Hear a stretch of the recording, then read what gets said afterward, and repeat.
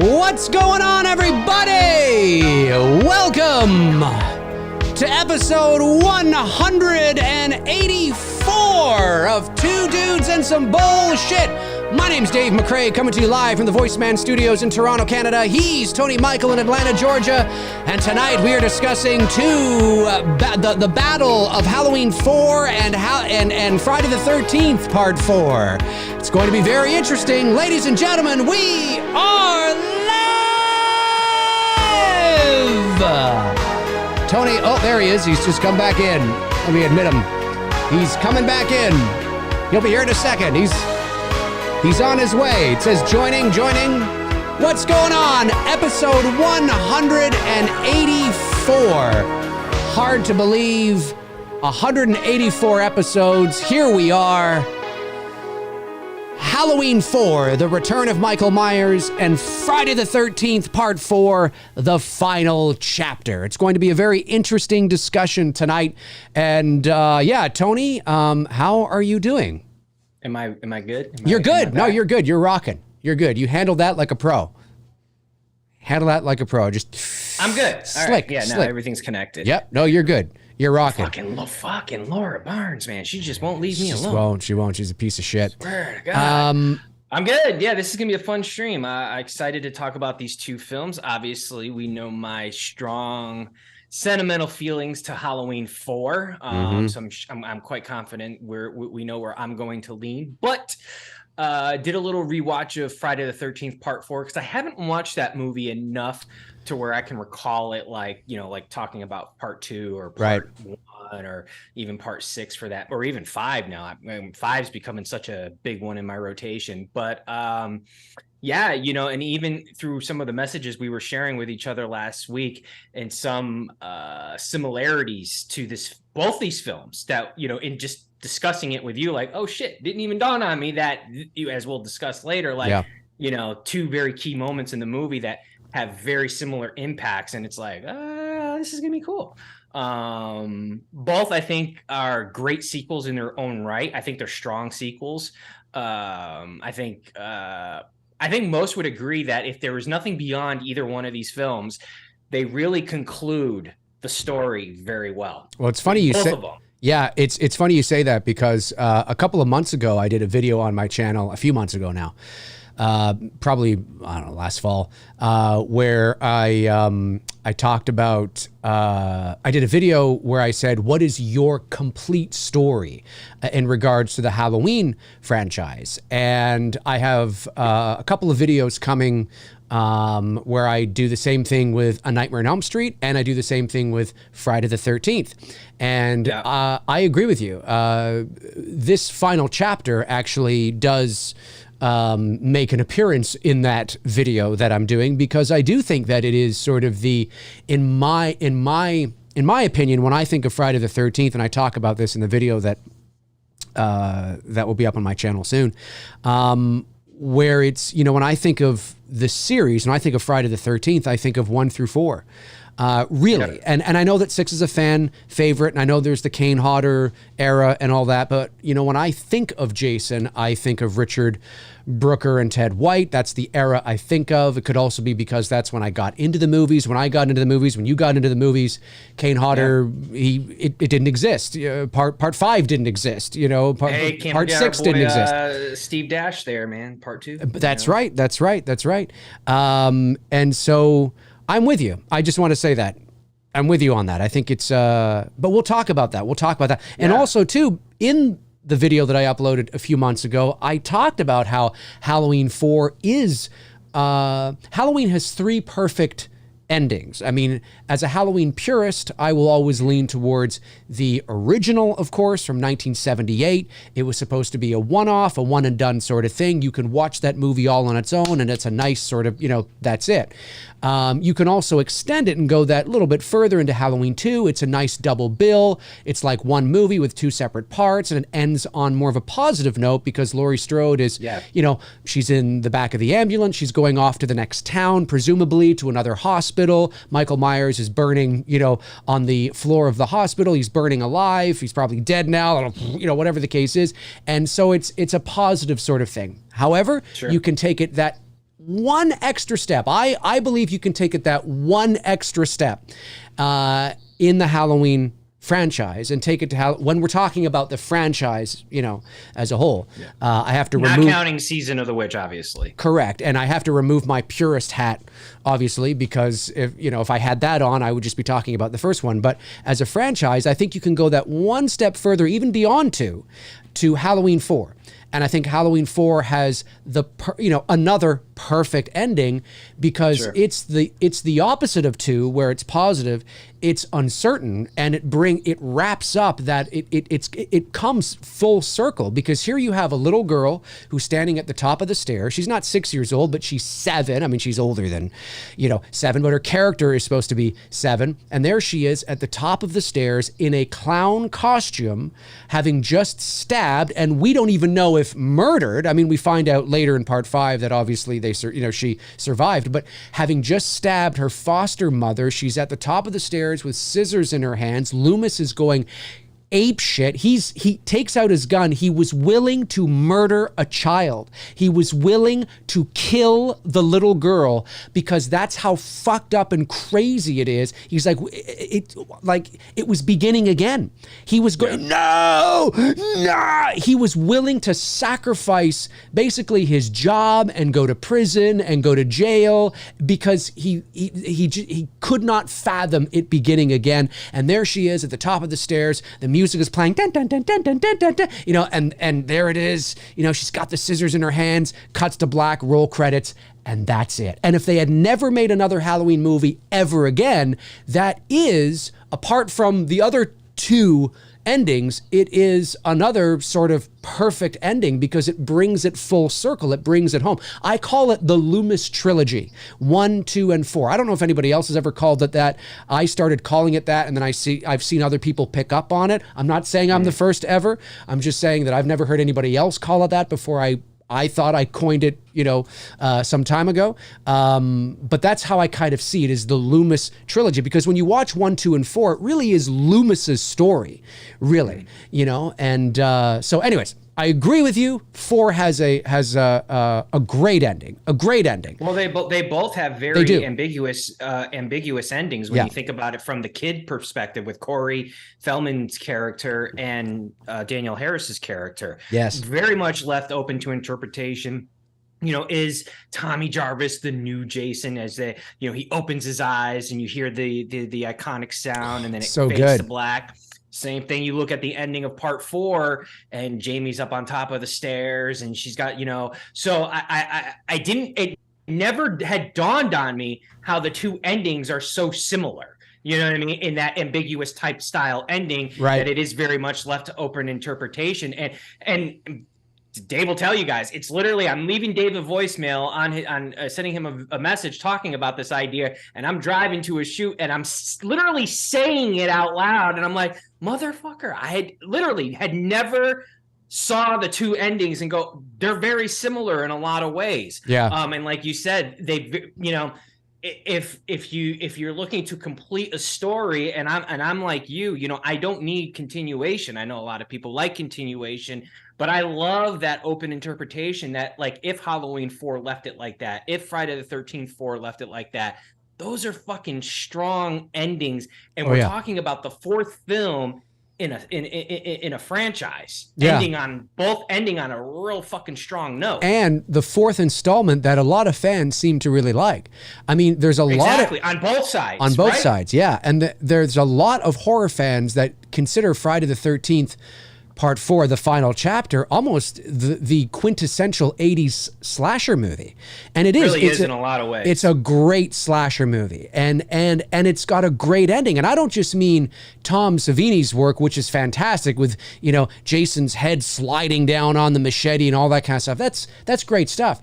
But to your point, and I talk about this in a video, which I'll post on my channel soon, that ending with Corey Feldman, where he's hugging his sister, and then they kind of slow down the image a little bit right before they freeze frame, and it's frozen on his face, and he just looks at the camera.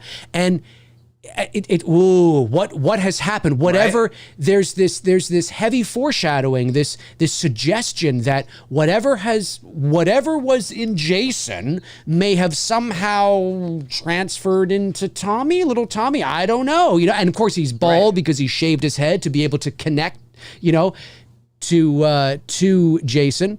So and that's it. It's just he's just staring into the camera, and we know what the suggestion is supposed to imply. But Sure. you're right. If they had just ended it there and had never made another one, it's powerful. It's like, whoa, right? Because you don't need to make another one. Like no. I know why they did, but you don't need to. It's all there. It is from a certain perspective. Friday the 13th, the final chapter, is also foreshadowing that evil lives. Evil, will continue to live. Evil lives on. Evil goes on. And it's definitely very clear that that's the message they're sending in Halloween 4. Absolutely.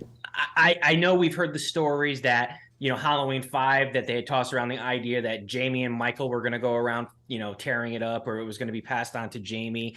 I don't know how much of that's true, or if that's just, whatever. I've even heard Danielle Harris mention that in behind the scene documentary footage for the behind the scenes for Halloween 4 and 5. Again, was that something that was really going to happen? Right. Or did the filmmakers really... I would like to think and hope that maybe they just the ending was so strong that to just leave it that way, and like evil does carry on, that no, we're not going to see Jamie Lloyd now go around killing on Halloween night. But it's just it's like you just said with regards to Tommy Jarvis and that connection that he had with Jason.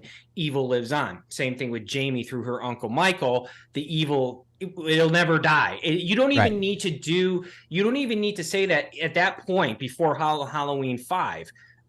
You don't even need to say at that point that there's this connection between Jamie and her uncle. It's the principle of evil carrying on. It's not a connection that she had, because we don't know that at that point. So you get to the shit show. Yeah, no, you're right. You don't even have to show. I mean, listen, there are some people that, and I don't know if this was intentional. I don't necessarily. I mean, I'd have to, unless it's in that big Halloween encyclopedia taking shape. I don't know. I actually haven't read those books, but I hear they're great. But when Jamie picks up her uncle's hand, and fans have speculated, oh, that's when the transfer happened. There's nothing in the scene that makes me think that was the intention of that shot. No. It's just, she's just curious. She's a little girl who's curious, and she has a moment. Now that may be the intention of the screenwriter. Perhaps maybe that's in that Taking Shape book. I don't know. And if it is, okay, great. But they didn't need that. You could have had that not at all, and just still had her appear at the top of the stairs. I mean, the ambiguity of why she suddenly snapped is left up to the audience, and it still is for the most part. But what's fascinating about both of these movies, and you're right, is that both leave with kids carrying on the evil. I mean, even though we don't see Jamie go on and, we know what happens in 5, but, sure. We don't see it go on, and we don't see Tommy go, like, at that moment. Which I think is more impactful from the innocence. It is. Of course it right? is. Absolutely. Absolutely. Because it's left 100%, Tony, you're absolutely right. Because it's left up to the interpretation of the audience. We fill in those gaps, and it's stronger. It's more mature. It's stronger. To leave the philosophical questions, that the audience sure. can ponder and think about, and both defeat, Michael, Jason. They're gone, but now we see that it's beginning again in these other kids. And both, if there is one thing that I was going to say, Freddie, if there's one thing that both Michael and Jason do have in common, besides the fact that they don't speak, is that their rampages, at the beginning of Friday, or at the end of part 1, that was always designed, that was supposed to be a dream. Jason coming out of the water wasn't, but then, whatever. But they began as kids, right? You know what I mean? So, right. And so we're seeing the children now, Jamie, Tommy, we're seeing it start again in children. And so it's, wow, I never even thought of that too. You're right. Jason starts off, he's a boy. Yeah. Michael starts off, he's a little boy. So there's the loss of innocence there, which I think, again, is more impactful than just an adult. You know what I mean? Right. When you're seeing it happen to a child, I think that leaves a bit more of an impact. And yeah, I never even thought of it for what you were just saying there. I never even thought about that, where both Michael and Jason do start off as young kids. Yeah. When shit starts hitting the fan for both of them. Yeah. Yeah. I mean, like I said, you could interpret the ending of Friday the 13th, the original, as a dream, because I believe that was the intention. Even Tom Savini has said that in the past, that, when he got the call for part 2, I don't think Savini did 2. Did he do 2? I can't remember if he did part 2. I don't think he did. I think he did 1 and then he came back to do 4. Correct. I think you're right on that. I think Savini might have been doing The Burning. Anyway, I remember, because he's talked about this for years, where he said something like, "What? Jason? What? No, that was supposed to be a dream." It was like, I think he wanted to end it like Carrie. Like I said, he's been very vocal about this. There's lots of interviews where he's talked about this. And so kind of like one last final moment where, there's like a thing that kind of happens, but I don't think it was ever the intention that Jason actually was coming out of the lake. That's why at the end she goes, "What about the boy?" "Ma'am, we didn't find any boy." That's true. Well, then he's still there, but now it works. When you continue on and you build from there, you can massage it and noodle it and stretch the narrative to still make it fit that it actually was real and he was, right. So like, I get all that, but to your point, the character of Jason started as a boy. Right. So there's of Michael starts as a boy. Absolutely.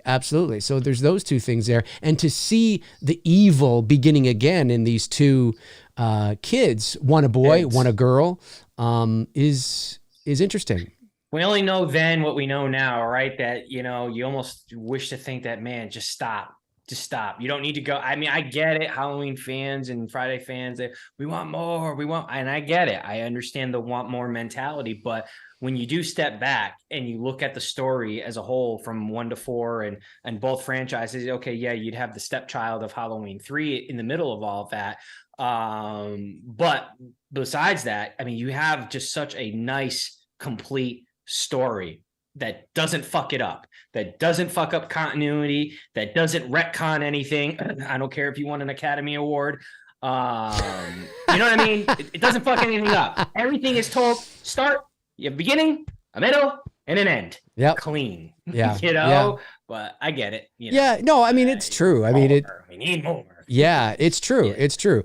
But it's, those parallels are very interesting, because look, I mean, Halloween 4's ending is far more dramatic in the sense of, the little girl and the scissors and the blood. I mean, yes, it's much more, you know what I mean? Whereas part 4 for Friday the 13th is not quite as dramatic, but the principles are still the same. I mean, the uncertainty and the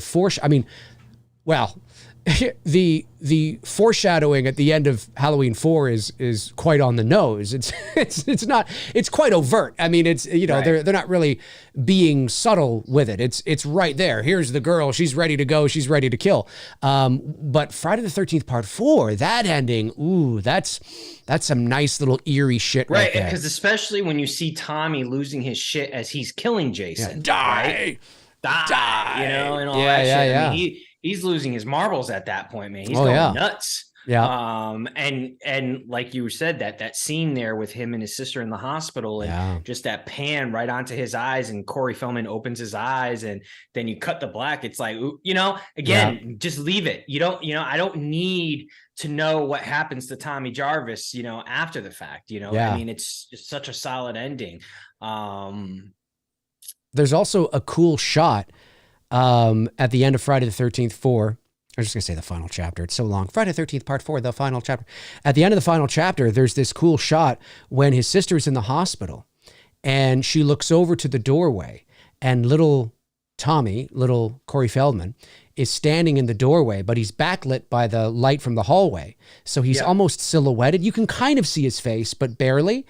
Even that shot is eerie. it's just sort of an eerie. It's because he's bald, right? You know what I mean? And he shaved his head, but he just looks so eerie. And then she's like, "Oh, Tommy," and she runs over, or he runs over, and they hug or whatever. But then there's that look on his face, and the little sound, ding, ding, ding, ding, ding, and then just freeze frame. It's a classic '80s thing, 70s thing too. But it just freeze frames, and then that's it. And it's like, oh fuck. Now, I mean, listen, it was probably. It could very well. Again, I'm not a Friday the 13th expert, but there may have been the intention of leaving that door open for a possible Tommy to become the bad guy. When you look at part 5 and you look at the psychological sort of residual effects that Tommy was feeling, of course, it's not Tom Matthews, but it's the other guy. And then even at the end of that movie, at the end of part 5, isn't there a freeze frame on Tommy in the mask or something like that? And he's got the knife in his hand or whatever. I will say my only gripe with part 5, unfortunately, is Tommy's character. Yeah. If you remove him from the movie, the movie stands on its own as a solid film. It really is. Like I said, you don't even need him. Part 5, you don't. Part 5 has I have grown. Part 5 on paper is the definitive Friday the 13th film. Meaning, like, what was Friday the 13th purpose for? Get teenagers in the movie theater to watch boobs, crazy ass kills, and just have fun. That's what the 5th film is, and that's what they did. So the formula for that movie is I mean, yes, unfortunately, it's not Jason is the killer, but that's where I feel that if you're doing this whole, not retcon, but you're going away from the Voorhees storyline. You didn't even need Tommy in part 5. The movie's solid without him. No, it's true. And if you did want to have him in it, I would have leaned more heavily into his story. I think not the story they created for him in that film, but leaned more heavily. I mean, I know you're supposed to think that it's kind of, maybe it's Tommy doing the killing in the movie, right? You're kind of, I think that was kind of the thing, but I would have leaned, the idea, I would have leaned heavily more into it. Maybe it is Tommy. Maybe it is him.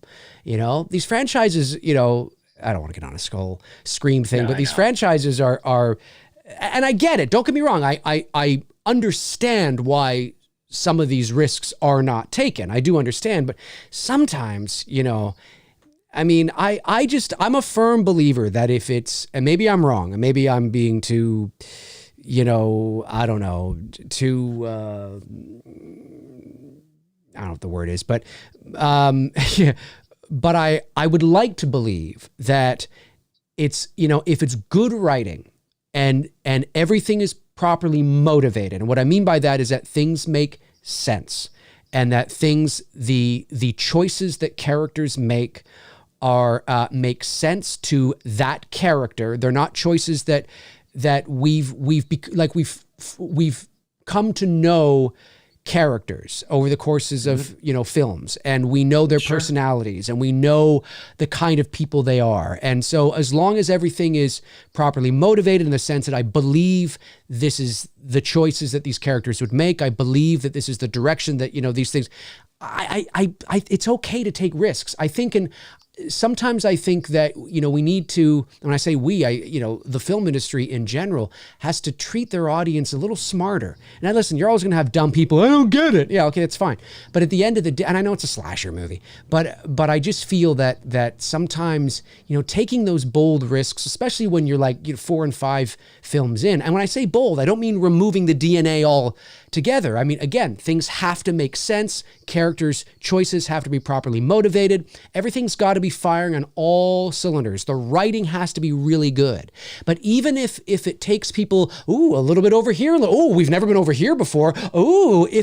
As long as it's compelling and it feels right and it's exciting, I think the audience is going to buy into it. I think they're going to buy into it. And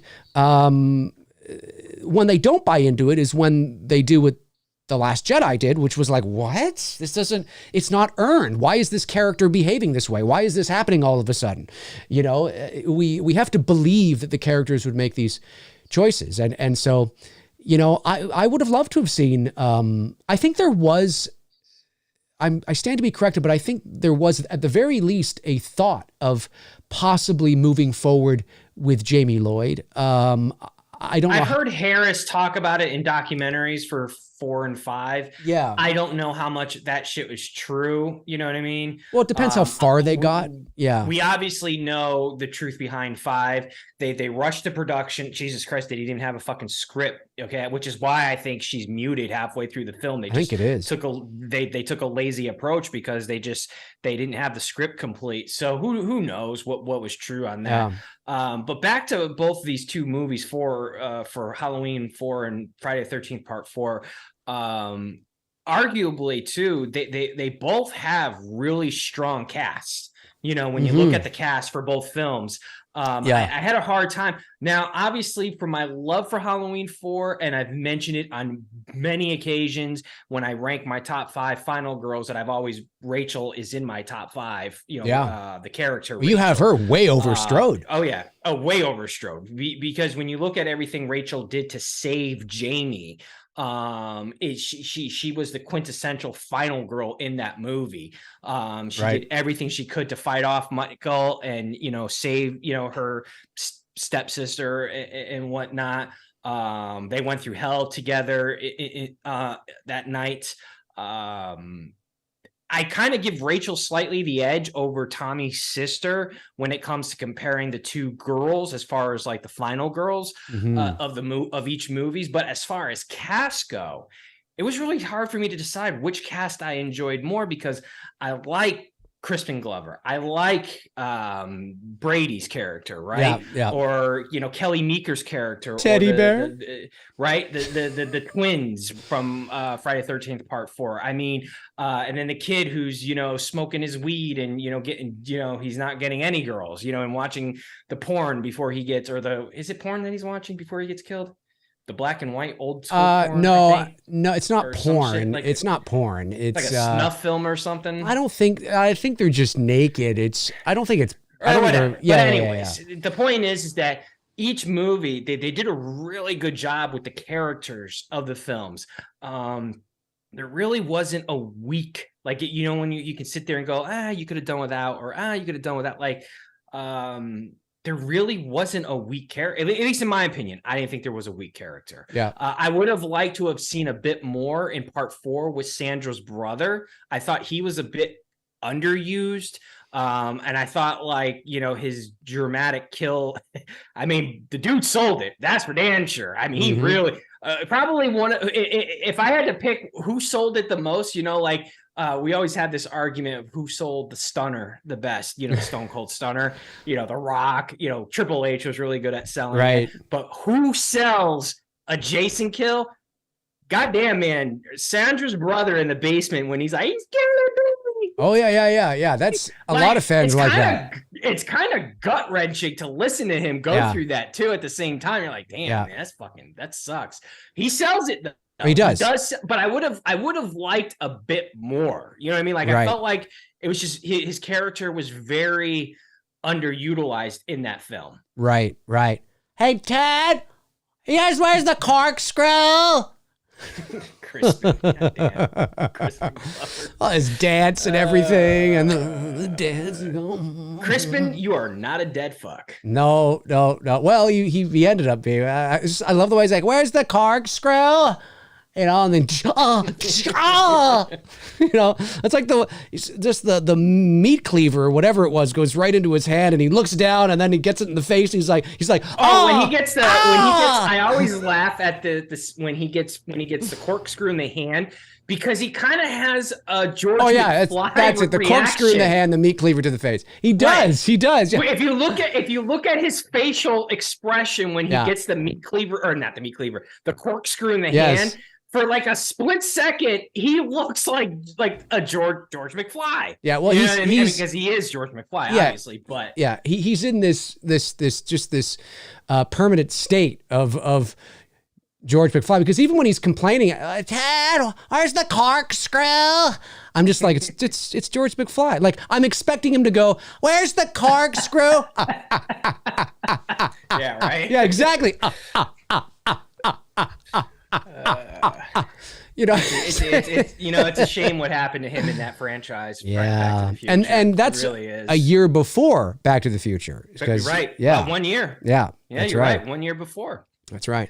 But yeah, I mean, what about as far as the cast of both films? What do you think of the cast? I think the cast in both films is very strong. I mean, obviously in Halloween 4, you know, you're led by Donald Pleasance again, who's I mean, he's because Jamie Lee Curtis was not in it, obviously he now is taking the mantle for 2. But I think, you know, as far as child actors go, Danielle Harris was, you know, there are certain child actors that are mature for they're good actors. You know, there's some kid actors that are, but to be fair too, she was like 10 years old playing somebody who's 7. And so, you know, she was already 10, but she was good. She was good. I mean, I don't know if she was quite Dakota Fanning good, but because Dakota Fanning was ridiculous as a child actor. Same with Elijah Wood. I mean, you know, Elijah Wood was like a 30-year-old in a 10-year-old's body, which sometimes can be really annoying and really pretentious and awkward. But for whatever reason, Elijah Wood and Dakota Fanning just made it work. They just were so believable. So I don't know if I would say that she was that good, but she was definitely, she wasn't annoying, right? Like, you know, when you working with kids, sometimes you got kids, you're like, yeah, you know what? This kid's a good little actor. I totally believe him in this role. And sometimes it's like, this kid's just not a good actor. They just don't have it. You know, and that wasn't the case with Danielle. She was very good, which is probably why she was cast in a few more things after that, and got a stint on Roseanne and all that. For Corey Feldman, was this pre-Goonies or right around the This Goonies? was pre-Goonies. This was, okay. Yeah, I mean, I believe this was post-Gremlins, pre-Goonies. So okay. I think, anyway, well, it depends on which one they shot first, because Gremlins and the final chapter both came out in 84. So I'm not quite sure which one he shot first, but this is like Gremlins, you know, Friday the 13th, Corey Feldman. And then he went off to do Goonies and then Stand By Me and then all the ones that, you know, the Lost Boys and all that kind of stuff. So this is like, you know, like post Goonies when he went to do Stand By Me and then the Lost Boys and License to Drive and, you know, all these things. That's when he was becoming this you know, household teenage star in the 80s. Him and Corey Haim were the Corey Haim, that's right. They were the 80s, man. That's right. They really were. I mean, this was before that. Insane the amount of hits that these guys were cranking out at. When you talk about like when you think of Friday Part 4, and I guess for Corey Haim, it would be maybe Lucas would be kind of in around the same time. They're about the same. When was Silver Bullet? Probably, I think after Lucas. After if I'm that? not mistaken, okay. Lucas might be Corey Haim's first movie because that's with Charlie Sheen and I forget the other one. He's a young kid in that, anyways, too. But the point is that after each kid did their respected films, and by the time they get to Lost Boys, I mean, forget it. I mean, they go on this tear throughout the 80s and have a pretty solid career that not many actors can say that, you know, where they're just cranking out hit after fucking hit, and you're a box office name where you're, you know, oh, this movie with Corey Feldman, or oh, this movie with Corey Haim, you know, and especially because you're drawing that young generation of the 80s who were going to watch your films. As far as child actors go, I think you got to give it to him over her as far as who had the, you know. Oh, sure. Yeah, for sure.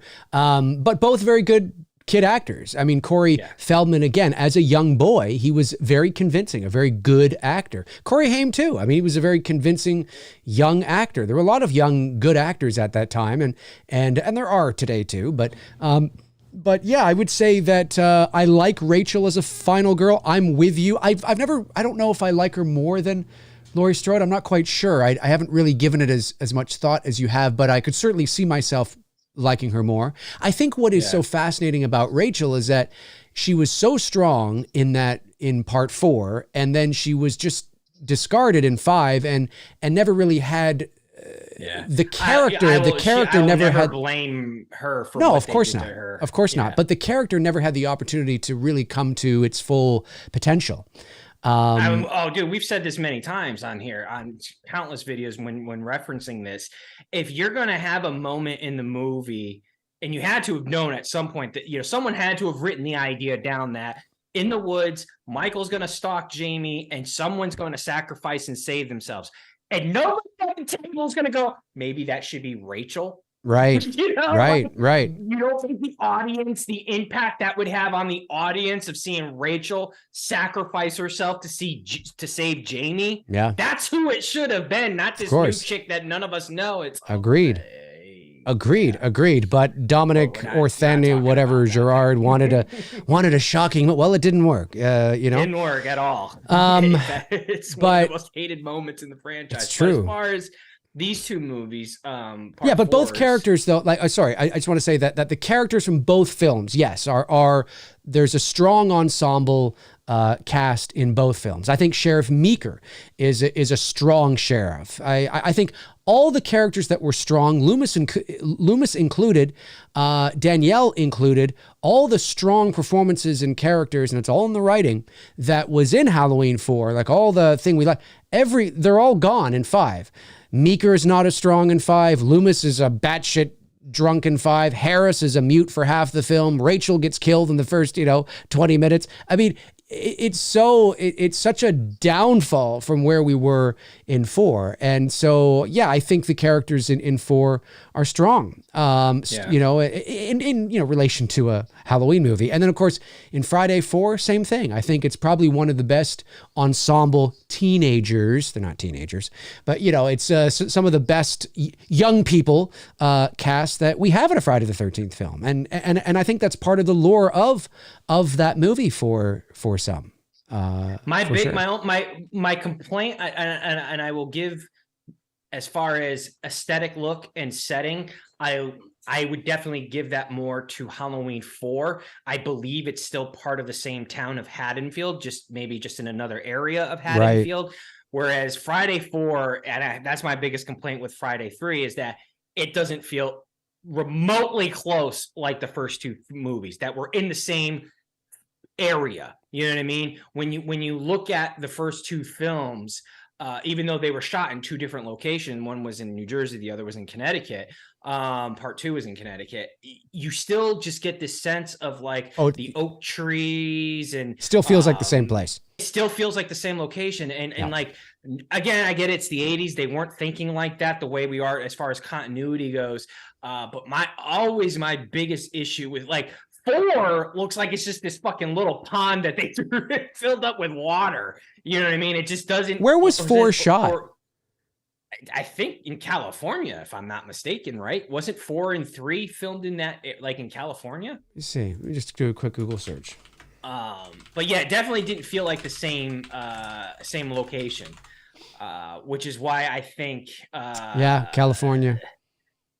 I think that's what really hurts as far as the aesthetic look of Friday the 13th Part 4. I wish they would have thought that out a little bit more.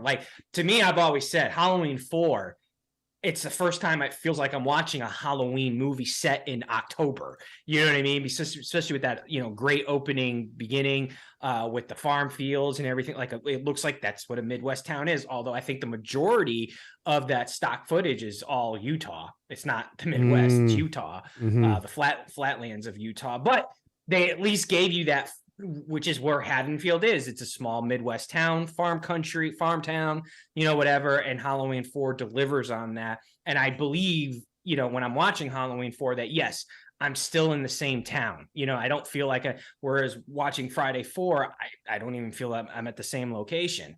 I feel like it's another fucking Crystal Lake on the other side of the globe or country. But other than that, both films have great kills. Some of the, we talked about Crispin Glover's kill. Ted, where's the corkscrew? Kelly Meeker and Brady's kills in Halloween 4. Yeah, that's a good kill. I go back and forth between Brady's and Kelly's kill because they're both really good. I mean, Kelly get up there, Rachel. Kelly getting pierced with the shotgun through the door. Yeah, I mean, that's just 80s, over the top kill.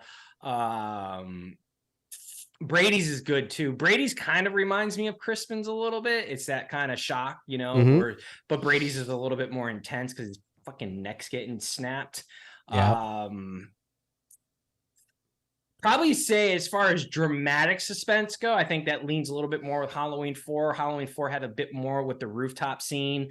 And even the truck scene, even though you got to suspend your disbelief how Michael gets on the truck. But when you get to that point where Michael's on the roof and he's, going after Rachel and Rachel's driving up the road, it's a fucking phenomenal scene. There's not much in Friday 4. There's not much suspense. But that's, again, Friday's not really a suspenseful. Although I say that, but well, then it's not the same. I think of 1 and 2. There are some great suspenseful moments in the first 2 films. Yeah.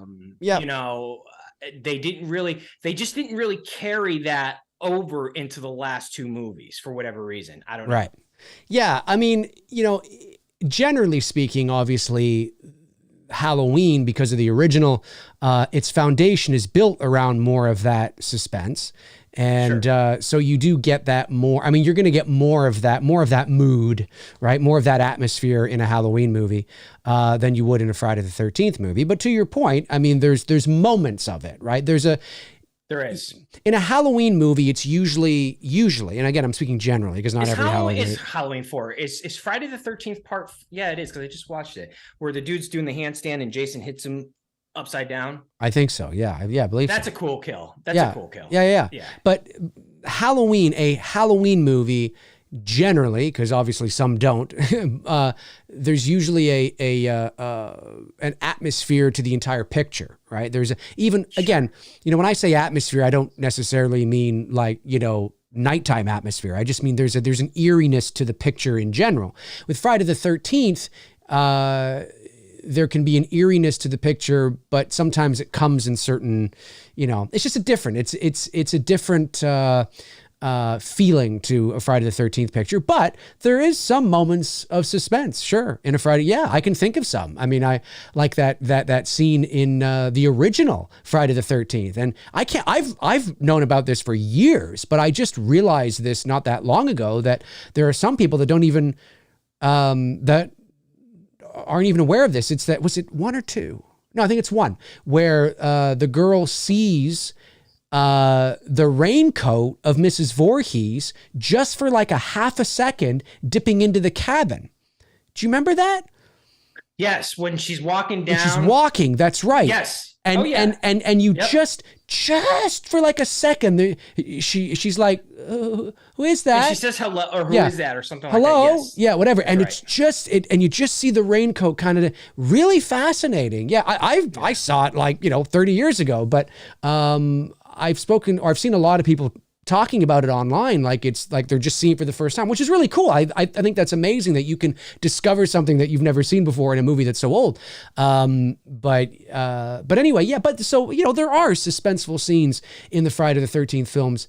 You're right, but in a general sense, there's an overall encompassing atmosphere in some of those earlier Halloween films, but I mean, the kills in Friday the 13th Part 4 are good. I mean, it's a slasher movie, and a lot of people consider it one of the best slasher movies of the 80s. The guy doing the handstand is Part 3. Oh, is it 3? Okay. I always get those, and I just fucking watched this movie. God, it sucks getting old. That's all right. It's a good kill. It's a good kill. Shit. Yeah, the lake in 3. I think the setting in 4 is better than even though it's in the same state. I don't know. I don't think it's the same area. The setting in better. 3, but the setting in 3 looks much more desert-like. It could be the color correction, perhaps, if they did they went with that kind of Texas Chainsaw Massacre. Yeah, a lot of brown, a lot of warm kind of, a lot of warm tungsten type tone. Yeah. Now, when you look at the first 2 Friday films, it's very green. There's a lot of green. Yes. Well, yeah, because it's it's this area essentially. Right. It is, right? Yeah. So there's a lot of greens in the summer, and the lake that at the very end when Chrissy's on the lake, I mean, it's like a swamp. That's like I'm expecting Swamp Thing to come out of the water or something like that. It doesn't look even remotely close to the lake from the original film, right? But continuity aside, nobody seems to care about that. It still made money. But I'm in agreement with you. There's a lot of there's a lot to compare with these movies, and both it's interesting. I just want to also, because we did this last week as well, look at the box office. Yeah. So now I know Halloween 4 did not do well. No, Halloween 4 did well. Again, it's all relative, right? So Halloween 4 did well in the sense of that it made $3 million. This is unadjusted for inflation, obviously. Made $3 million. This might not sound like a lot, but we got to think about this. Made $3 million more than Season of the Witch. So that's a plus. Okay. The budget for Halloween 4, according to Box Office Mojo, was $5 million. The total, because it was only released in the United States and Canada theatrically, was $17,768,000. So now again, that's at a time where they were not spending, another, $10 million to market the movie. Okay. It was, would have been a lot less than that. So $5 million $5 million budget, made 17 million. It's not a huge win by any stretch of the imagination, but it is a small win from where they were, right? It did make more than Season of the Witch because Michael Myers was back. It made $3 million more. So Halloween 4, when you talk to the Accords and you talk to, it is considered a win. It's a small win, but it's a win, which is the reason why they rushed 5 into production. I think Halloween 4 found its legs with fans like us young kids who, for a lot of us, this is how we were introduced to the franchise. This was the first Halloween for a lot of people. It was, yeah. And I think it kind of reminds me of the prequels, and because now these kids in the early 2000s who are now adults, which is why you're seeing a lot of love for the prequels, because you didn't see a whole lot back. I mean, I loved them. I mean, Revenge of the Sith is one of my favorites. But you didn't get a lot of love for the George did not get a lot of love for the prequels, but now you're seeing it because those kids are now adults. And I think that's why you're seeing a lot, we're with Halloween 4 is the same way, is that us kids are now adults and we're like, hey, Halloween 4, that's my baby, man. Like, fucking love that movie because I watched it all the fucking time. I mean, I think you're right.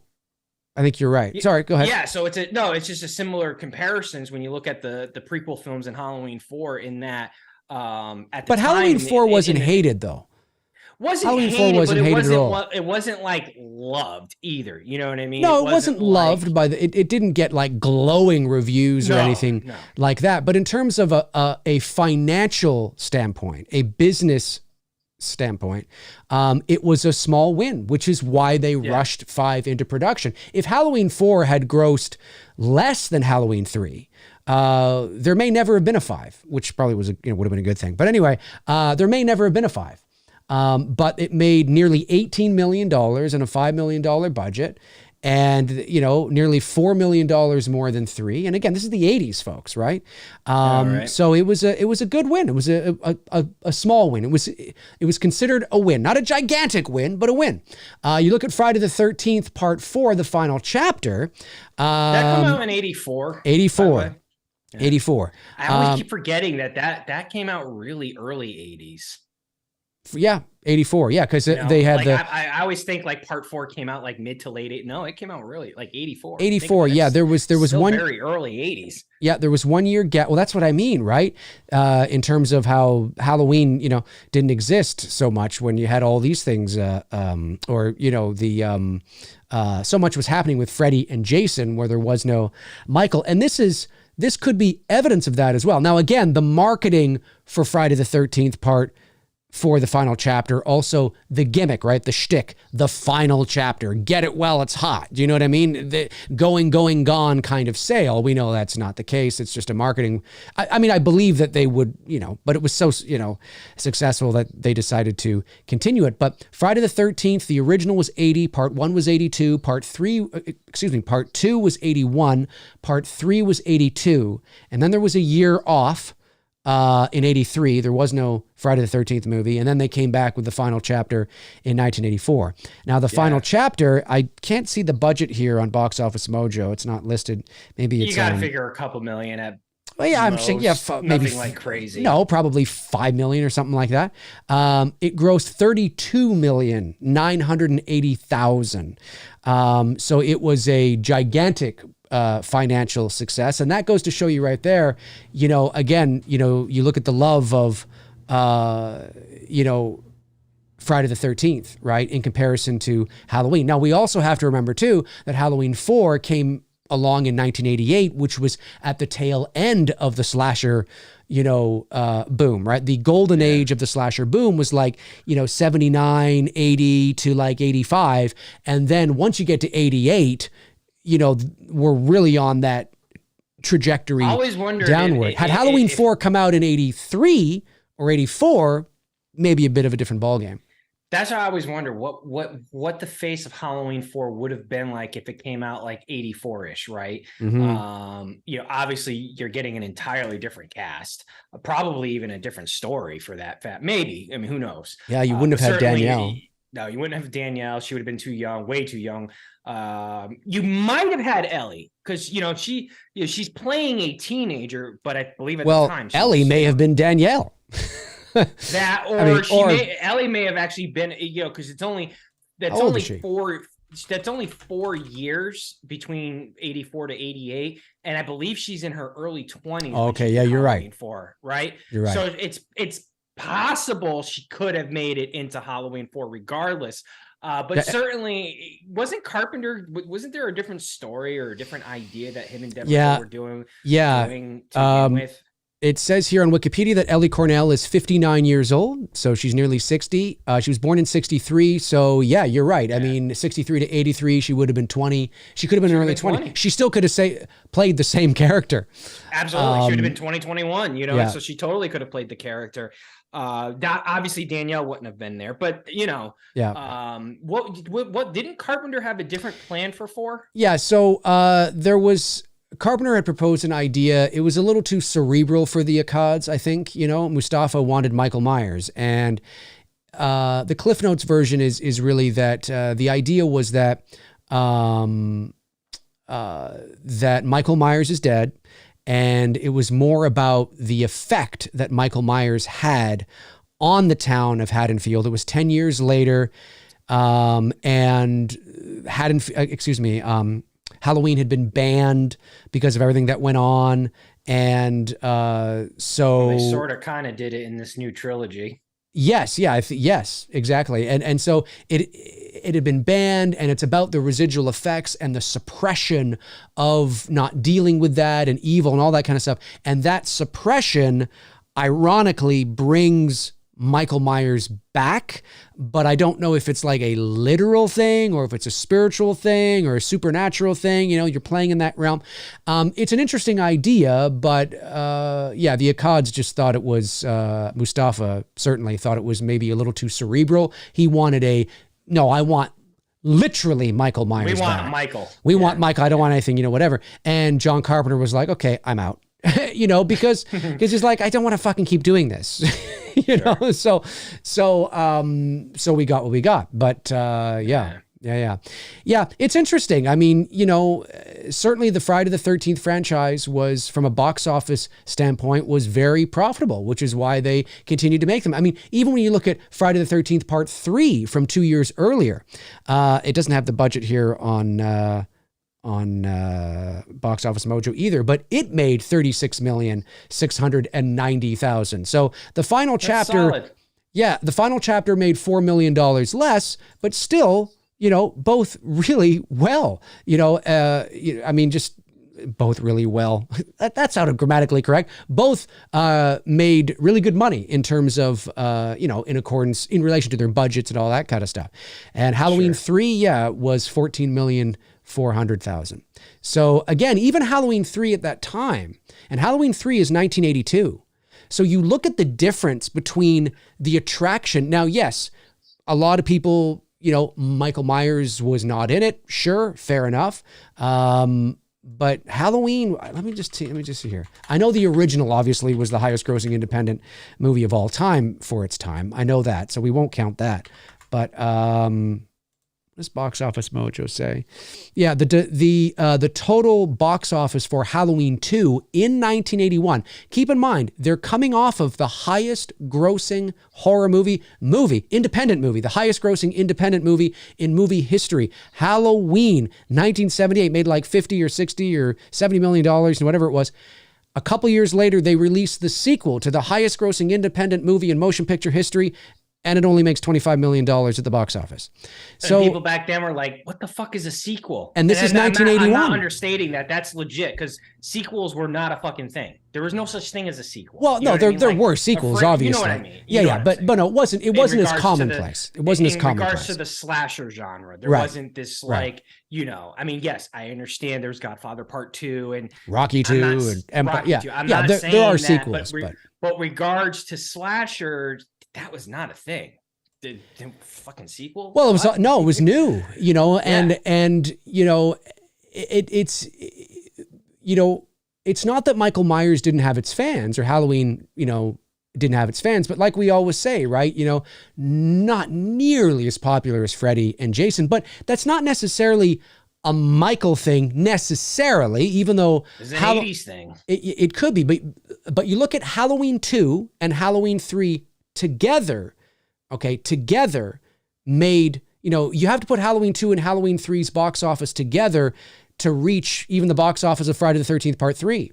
So now Part 3 also had the 3D gimmick, so you have to factor that in as well. There's a lot of variables. I mean, it's not black and white, certainly. Are you in agreement with that? You broke up on me. Yes. Yes. Say that again? Yeah, I was saying that I think we're in agreement that both endings, are so strong that there's no need to make a sequel. Like they work so much better if there never was a sequel after that, because they're so strong. True. I agree. Right? Yeah.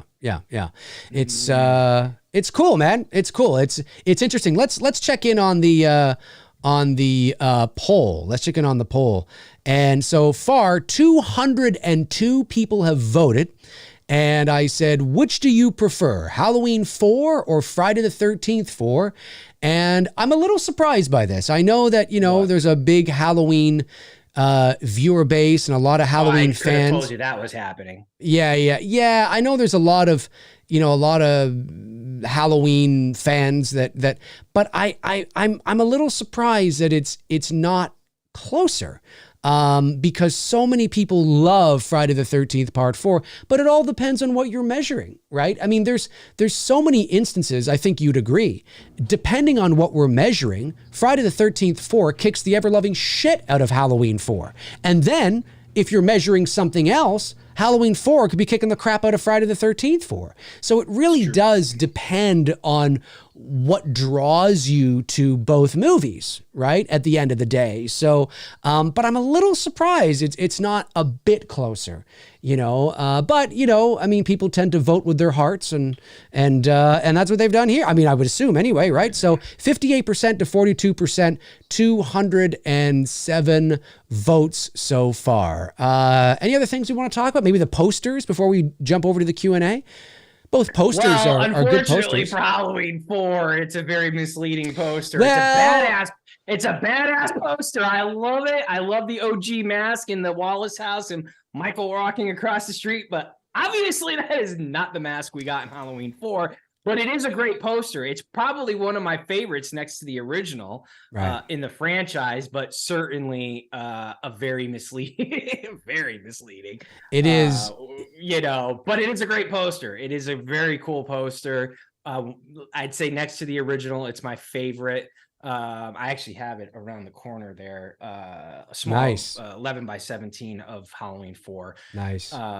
Poster, but Friday Part 4, it's very nail in the coffin, the knife through the eye. Yeah, blood, I mean, it's simple, but it's effective. It's simple, but sometimes simple, especially when you're talking about in photography, one of the things I learned very early on, less is always more. You don't need to have an over the top, an image to get your point across. And with Final Chapter, it's, this is it. We're killing him. Boom, done.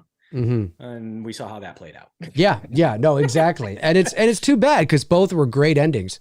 for like to complete the franchise. And both great posters too. All right, folks. Hey, if you're watching after the fact, let Tony and I know in the comment section below what you prefer. Is it Halloween 4, The Return of Michael Myers from 1988? Or is it Friday the 13th, Part 4, The Final Chapter from 1984? Jump into the comment section below. Of course, you can't do that at the moment, but when the stream is done, jump into the comment section below and let us know your thoughts on what you thought about here. Now, let's jump over to the Q&A. Now, it's time for all of you to jump in on the discussion. And if you have any questions for Tony and I, now is your opportunity. I know just a couple of super chats, I think, came in. Let me go over to the studio. A couple of them came in, just a couple of them. Wait a minute. Am I getting this right? Oh, no, more came in. $10 from Cody Snyder sends in a super chat. Thanks, Cody. Says, I'm going with The Final Chapter, easily. And I love Halloween 4. I'm not picking any entry from any horror franchise over Fridays 4 and 6, not even Halloween 78. Those movies have my heart. So you've got Friday... I'm not picking any entry from any horror franchise over Fridays 4 and 6. Okay, interesting. Wow. So Cody says, I'm going with The Final Chapter easily. I love Halloween 4. I'm not picking any entry from any horror franchise over Fridays 4 and 6. Not even Halloween 78. Those movies have my heart. Do you agree with them, folks? Fascinating. Matthew Farisi sends in $4.99 and says, I think if Wilbur had a better mask and if he ditched the shoulder pads, he'd be a really good Michael. I think he's better than Dick Warlock, honestly. Well, you're not alone in that thinking. Certainly, I think there's certain scenes in Halloween 4 where it's clear he's not wearing shoulder pads. Oh yeah. And I wonder if, like, for example, the truck scene where he takes the fall, obviously he's wearing that probably for protection. You know what I mean? And they just probably, I don't know, maybe they just didn't have him take him off when he does the land and then he gets back up. Maybe they just kind of like with the mask in the school scene there. Mm-hmm. That's probably what happened. You know what I mean? It's he takes the fall off the truck. Obviously he's wearing protective gear so he doesn't hurt himself. Because he's obviously legitimately taken that fall. Even if it's not at full speed on a pickup truck, whatever speed he was going at, it's still a fall. And they just didn't take it off because there's a lot of scenes. If you watch in Halloween 4, he's not wearing shoulder pads. There's just specific scenes that seem to, like, even on the roof, he clearly looks like he's wearing some type of protective gear underneath him, even though it wasn't a high roof. I think what they say, like 25, 30 feet or some shit. I think it was even less than that, like 10 feet off the ground or something. But still, on a pitch like that, it's still, you fall, you can still fall the wrong way and get hurt. Mm-hmm. So, no, you can. Yeah, no, it's true. But I'm in agree, but certainly with the mask for sure. I mean, the mask can make all the difference. And if they had used, if they had just torn off the eyebrows just done a better job at making, because I stand to be corrected, but I believe the masks that they used in 4 were all Kirk's anyway. I think they were Kirk masks. They just were not stylized and created to look like as much like the 78 one as you can. However, I will say this, and I know that this is an unpopular opinion, the Halloween 4 mask has grown on me. It sounds weird, but it's grown on me because I think it's a creepy mask. It's a creepy mask. It is creepy. It's a creep. And in certain shots, especially during the dream sequence with Danielle at the beginning, when he sits up on the other side of the bed and he looks over, and then when she opens the door and he's right there, but it's all in how it's lit, right? It's all in how it's lit. So there's some good, it's grown. I'll tell you right now, I take it over the H2O mask. I take it over the 5 mask. Take it over Resurrection. Yeah. That's what I mean. Take it over Rob Zombies. That's what I mean. So it like jumps. It jumps up. It jumps up. Yeah, for me, it's like the original 2018, probably 4. That's how I would probably. And the original, you include 1 and 2 in there because it's the same. Well, that's what I'm saying. Yeah, because it's the same mask. Right. I got you. So. Yeah, even if Dick Warlock and Nick Castle were giving contradicting stories on that during that fucking interview. I know. It's like, I've never heard of that before. What the fuck? I think what they said was true. I think it's absolutely true. I think Nick Castle loaned the mask and never got it back. That sounds like exactly what, because nobody cared. Nobody thought it was a big deal. Nobody thought it was going to be this big thing, in 40 years, right? So it's true. Josh McKenna sends in $9.99 and says, have either of you cheered in a theater when a character comes on screen? I haven't seen it yet, but I'm worried if I'll miss Kirby's first line. If the audience is going nuts, it can be annoying. Obviously talking about Scream 6. I haven't seen Scream 6 yet. So. I haven't either, but I would say that have we ever been in a theater where an audience cheers when a character comes on screen? I have. Well, but yeah, Spider-Man here recently. But I don't know if I want to count that though. Here's the thing. I'm going to say this. I've said this before in passing, and it's going to upset a lot of fanboys, but I find that Home Alone was a really good theater experience because the audience. Did people cheer when Kevin McAllister came on screen? They were laughing and clapping during a lot of scenes, especially at the peak of when shit was going down to Daniel Stern and Joe Pesci. Right. You know what I mean? That was probably one of the best theater, the first time on a first watch. You know what I'm saying? Right. The laughter was just, you could just hear it echoing throughout the theater, clapping at different points. The only time I've ever experienced, without counting Spider-Man, the recent one here where the three of them were all in it, because the theater was going nuts, but I think that's just because it's a trendy thing to do now. But it was at the end of Independence Day, and everybody in the audience got up and clapped. And I was like, what? We're doing that? Like, yeah, okay. I find it, and maybe and I recognize that this is not fun, and I'm a party pooper when I say this, but I have good reason. And this is a get off my lawn thing. I think we're hitting that age now. Man. We are getting to that age where we're grumpy old men. Jesus Christ. But here's the thing is that I find it, and maybe it's because I'm just not emotionally invested in this. Like, I recognize there could be reasons that I'm not just emotionally invested into the same things or on the same, in the same ways. But I find it fun to watch a YouTube video of a theater going crazy over something they're really excited about. That makes me smile, but I think it makes me smile because I'm not in the theater. And I can tell you that if I was in that theater, there would be nothing more fucking annoying than, somebody, I get why they're doing it. They're excited. But like you just said, it's now becoming like a thing, and where somebody comes on screen and then the entire theater erupts in fucking grade 6 level fucking cheers. And it's like, what the fuck are you, 5? And then it's not like, the theater, like the movie's paused so you can get that out of your system. The movie keeps going. So all the dialogue that's happening right there, you don't even fucking hear it.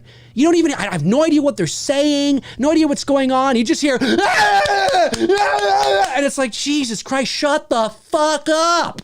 I want to watch the movie. This isn't your living room. I didn't come in here to, but I understand at the same time you flip the coin, you realize, well, that's a thing now. Now you only see that kind of thing with like big Marvel movies, or you may get something like that with like a Star Wars movie. It's not like I'm going to go watch, the Shawshank Redemption. I mean, obviously I get that it really is sort of the comic book superhero type stuff because people just lose their minds over it. And I get it. I understand. You got Andrew Garfield coming back. You got Tobey. I get the nostalgia. It's no doubt it's going to happen in The Flash.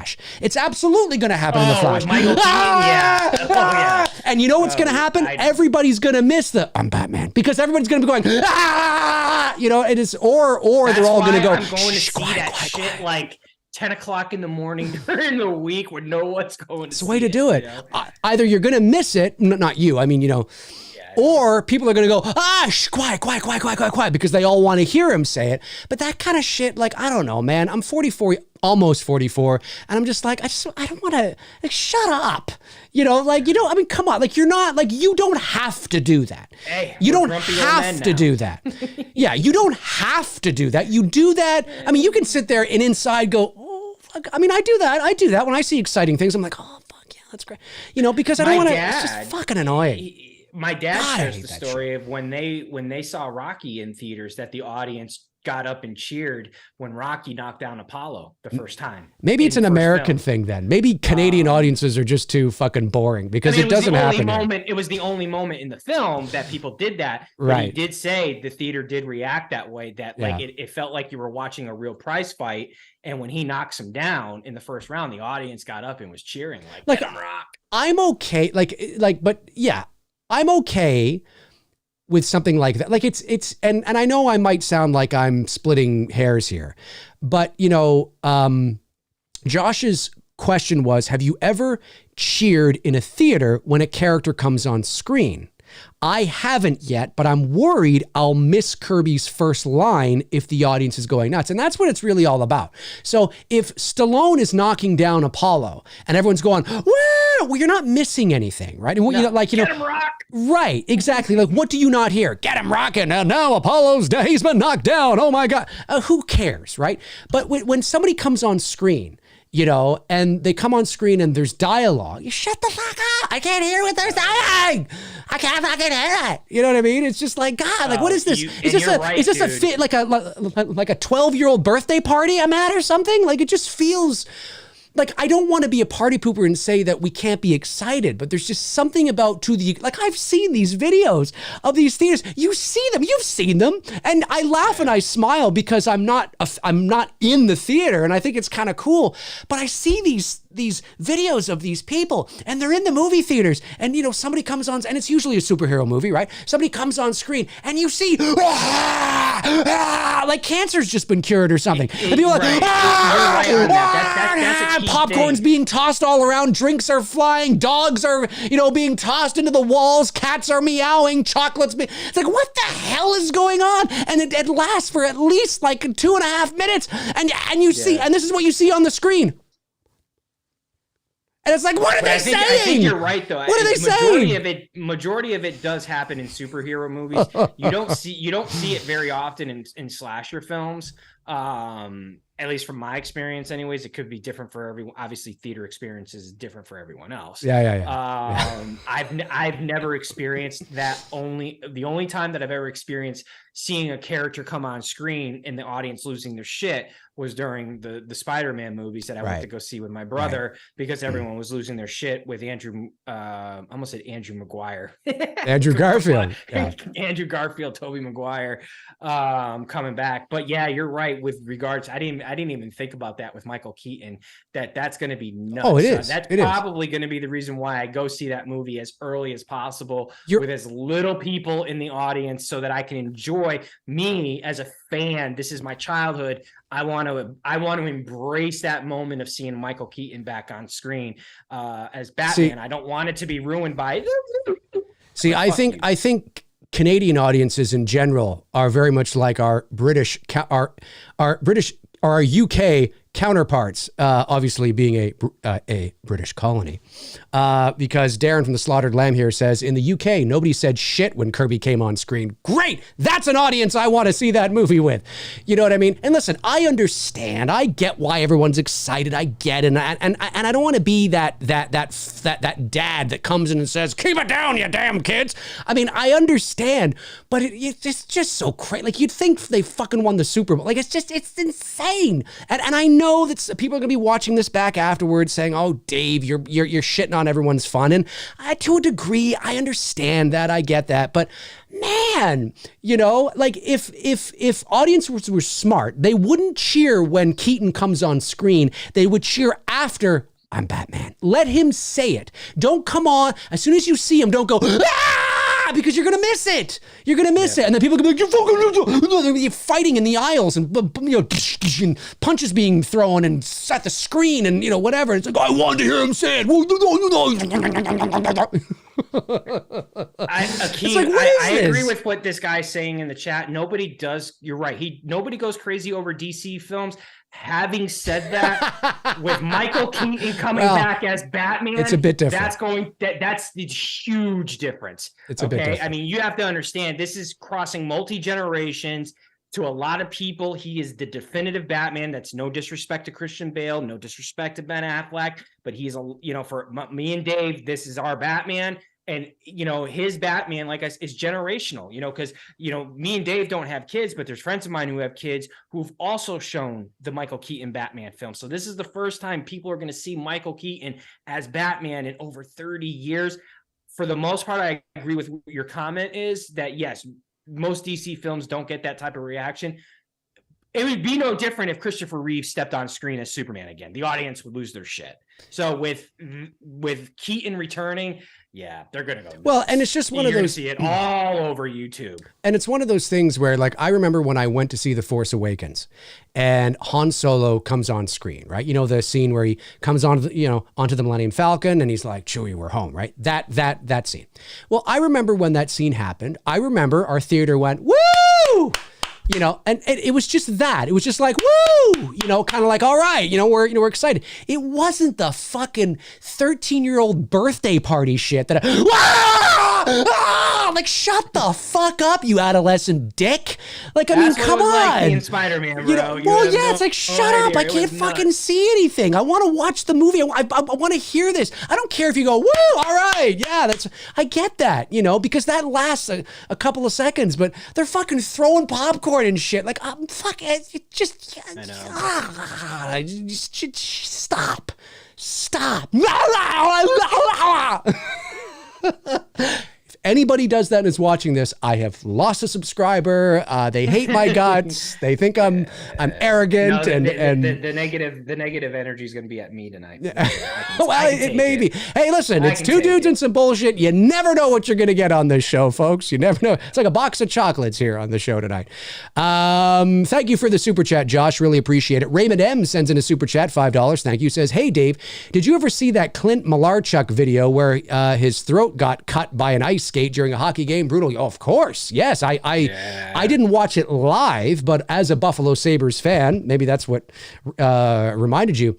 This was I think March. I think it was actually March of '89, I think. And so it was late 80s, I remember. It was late 80s. It was against St. Louis at the Memorial Auditorium in Buffalo. I love horror films. Honestly, I do. I can't do real life shit. I have no stomach for it. None. I have like anything like that or anything that involves real life, accidents or anything. I can't look. I don't have the stomach for it. But a horror movie, I can do it all day. Yeah, it's one of those things where it was. If you haven't seen it, just YouTube Clint Malarchuk. It'll come up, and it's pretty brutal. For those of you that don't know, so Clint Malarchuk was an NHL goaltender for the Buffalo Sabres, and it was during a game against the St. Louis Blues in, I think, March of '89. It was a regular season game, and the puck went into the corner down in the Buffalo zone, and there was a pass. There was a cross-ice pass in front of the goaltender, and there was a collision between the defenseman and the St. Louis forward and Clint Malarchuk, and they all kind of, there was a big sort of kerfuffle, and the skate of the St. Louis forward, I forget his name now, Tuttle, I think his name was it Tuttle, his last name? His skate came up and nicked Clint Malarchuk in the neck and severed his jugular vein, essentially, his carotid artery. And you see it, and he's there, and you see the blood starting to spill onto the ice. He whips off his mask, and he's holding his throat, and the blood is just spurting out and creating this. It's like you're watching a movie, but it's not a movie. It's real, and it's spurting out onto the ice, and there's blood. There's this huge pool of blood all in front of him. Now, the trainer from the Sabres bench comes running out. Like a bat out of hell. Apparently, he was a former Vietnam medic. Yeah. And he came over and he slid right into him and he reached into Clint Malarchuk's neck and pinched the artery and pinched it. He wouldn't bleed out. So he wouldn't bleed out. He said that if Clint and then of course they got him to his feet, and the gate to the off ice, right? The actual door to where you can exit off the ice was right behind the Sabres net. Thankfully, the guy said, if we had been on the other end of the ice and we had to skate to the other end of the ice to go off, he may not have made it. He may not have made it. And so he got back there and they were like putting so much pressure on and they were bringing doctors in and all that kind of stuff. And it's, it is still to this day considered to be one of the worst sports accidents in history. It's amazing it doesn't happen more often considering how fast they're skating and how big those guys are. It's amazing there isn't more. I mean, really, it's a testament to the athleticism of their skills that it doesn't happen more. Because if you had a bunch of guys out there that didn't know what the fuck they were doing, it probably happened every night. You know what I mean? But the fact that it hasn't, it actually happened again in Buffalo in 2007 or 8. The Sabres were playing the Florida Panthers. And Richard Zednick, who was on the Florida Panthers, I believe it was either his teammate or a Sabres guy, during a check or something like that, fell down and his skate came up and nicked his neck. And you can see him. Now he skated right off the ice to the dressing room. But as he's doing it, you can see the blood like spurting onto the ice. And it's like, holy shit, what is it with Buffalo? What's going on? It's crazy stuff, man. But it's amazing that doesn't happen more often. Like, I mean, you know, it's incredible. I mean, you have these guys that have razor blades on their feet, you know, shooting a hard disc across an ice surface going like, 50 miles an hour into the boards. I mean, say that about football too. I'm surprised more dudes are not paralyzed from the way they're hit. Now I know they've tightened up on like how players can be hit, whatnot. But when you look at shit like back in the day when we were kids in the 80s and 90s, I mean, dude, if you were a defenseless receiver cutting across the middle and a safety or a linebacker saw it and they read the quarterback. They read the quarterback where that ball was getting thrown. Bro, you were getting lit. You were getting lit the fuck up. Now there's rules that they're not allowing defenseless receivers to be hit like that. But shit, back in the day, right? It can be crazy. Yeah. It can be crazy. David Lee Barron sends in $4.99 and says, do you find it depressing that Elvis didn't win any awards at all last night? Why did Everything Everywhere All at Once scoop up so many awards? Well, here's what I'll just say on this. I haven't seen every movie that was nominated, so obviously I'm not qualified to speak on everything, no pun intended. But I will say that when I watched Everything Everywhere All at Once, back when it first came out, I think we watched it in like May or something. It came out, I think it premiered at South by Southwest, but anyway, we watched it and I liked it. I mean, I liked it. I thought it was, it was fun. It was cool. It was kind of interesting, what they were doing, but never in my wildest dreams did I think that this was going to be nominated for an Oscar, let alone Best Picture, and sweep the Oscars. I don't think it's a bad movie, but in that, and this is just my opinion, in that sense, like Oscar-winning Best Picture Movie of the Year, I think it's highly overrated. I don't think it's that good. I think it's fun and I think it's interesting. And maybe it's because for me, it took me a bit to get into it because, I was one of those people that was like, oh, wait a minute, what's happening now? Oh, okay. And, that obviously affects your viewing experience, where if you're somebody that right from the beginning, right to the end, understands everything 100%, you know exactly what's going on, then you're probably going to enjoy it more. I don't think Jamie, and I say this with all due respect, I am shocked that Jamie Lee Curtis won. Well, it depends on how you want to define this, right? I mean, there are, Oscar.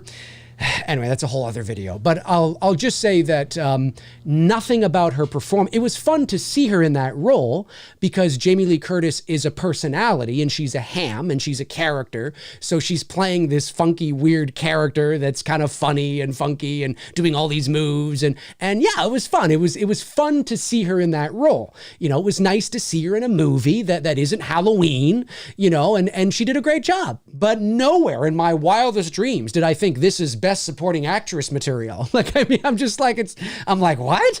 And nowhere in my wildest dreams did I, with all due respect, I think it's a great Hollywood story. I think he's so, he's so adorable in a lot of ways. And I say that, I don't mean to sound pretentious or condescending when I say that, but Ki Hugh Kwan, I guess, short round from Temple of Doom.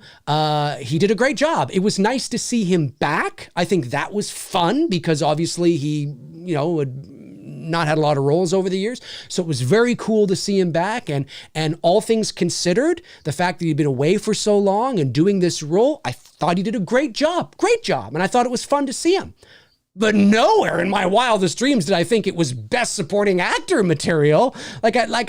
I'm just stunned at how this movie has taken off. I'm just like, what? I'm okay. Okay, cool. Now, to be fair, as somebody pointed out to me not that long ago, it's not exactly a gigantically competitive year.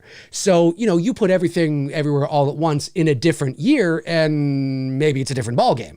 But, we are still trying to get things back on track with the motion picture industry and the box office and the theaters and all that kind of stuff. And maybe it was just the perfect storm. And I'm not saying it's a bad movie. It's not at all. But I am surprised it's done as well as it has in terms of the awards. And Jamie Lee Curtis winning back, I'm like, that's out of all the other actors, she's the best, because when you look at some of the other movies and some of the other performances, the real, I'm just like, really? Okay, I guess. Because I have seen a couple of the other ones and I'm like, okay, unless it was sort of a legacy tip, it's Jamie Lee Curtis, who knows? I have no idea. I mean, how things are voted on is, it's there is a criteria to it.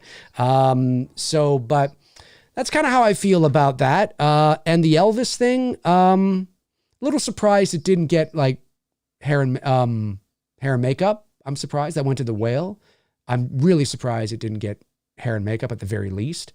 I was pulling for Butler to win Best Actor, personally. He didn't. Not really a surprise with the momentum from Fraser, but a little surprised it didn't win anything. But neither did The Fabelmans, and neither did Tar. Tar didn't win anything. I mean, so I don't know. You never know, right? You never know. I'll throw it over to Tony, who loves award shows. I love them so much that I didn't even know they were on last night until Dave told me before we went live. That's true. I didn't know about Jamie Lee Curtis winning until Dave told me before we went live. We were chatting a little bit. I had no fucking, because I really I would rather sit out fucking on my front lawn in my fucking underwear with a bag of Cheetos and watch the grass grow than fucking watch award shows. Yeah. I have zero interest in it. I don't care.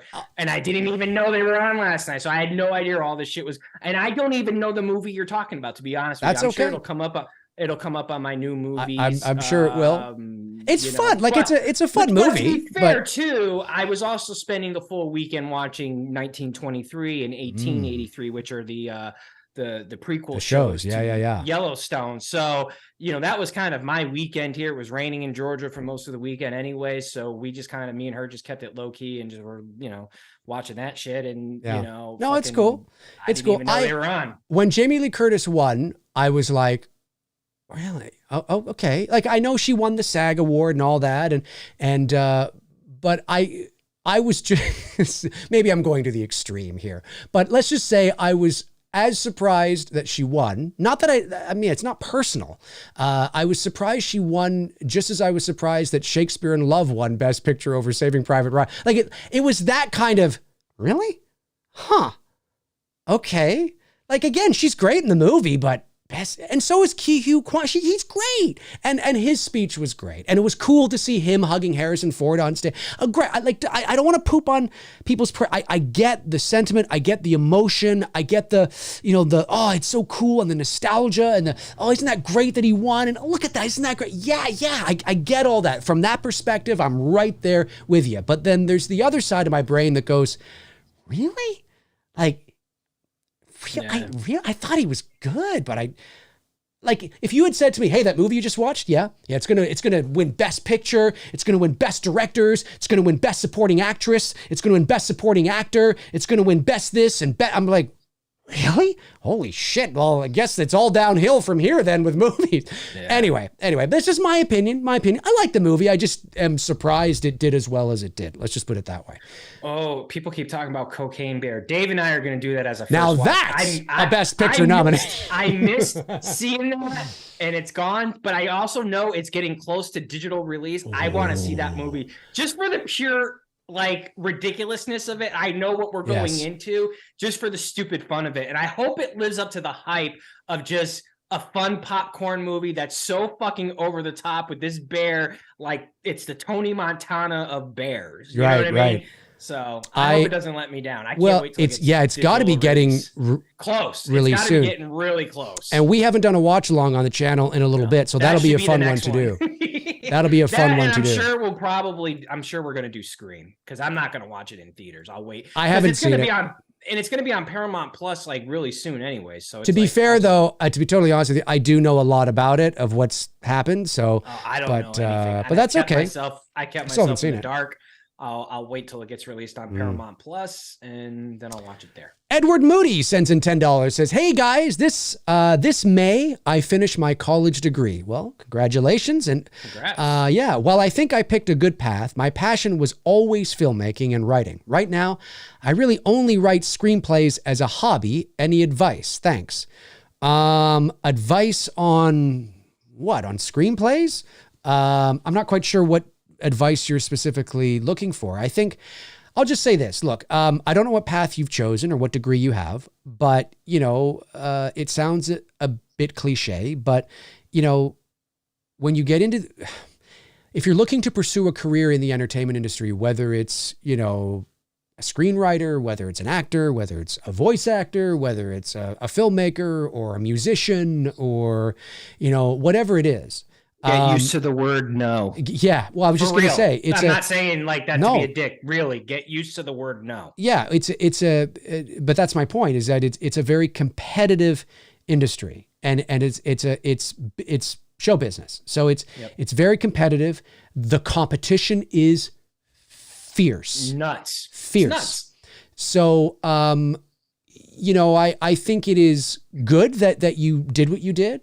Whatever your career path is. But, if you have a passion for writing screenplays, then that should never stop you. It all depends on how, again, I don't know how good you are, but if you're good, and you don't care about making the project yourself, you see some people, there's some, there's some ideas that I have, where like, for example, so as many of you know, Bruce and I have written a treatment that we're continuing to work on that we would love to turn into a screenplay and love to be able to make that movie. That's a project that we would like to make. We would like to direct that movie. But you sometimes come up with ideas that you don't have an emotional attachment to, and you write the story, you write the screenplay, but you feel comfortable in selling it. And maybe, if you're really good, now, not that it's easy to sell screenplays either, but I'm just saying, if you're really good and you have no desire to get into the weeds of actually, producing and directing the movie yourself, you can always sell it. I mean, if it's really good, you can option it, maybe, potentially, if somebody really likes it, and they could buy it from you. And that happens all the time. But there's 5 trillion of you right now. Trying to get there. Let's just put it this way, and this is not hyperbole. There are way more movies that never see the light of day.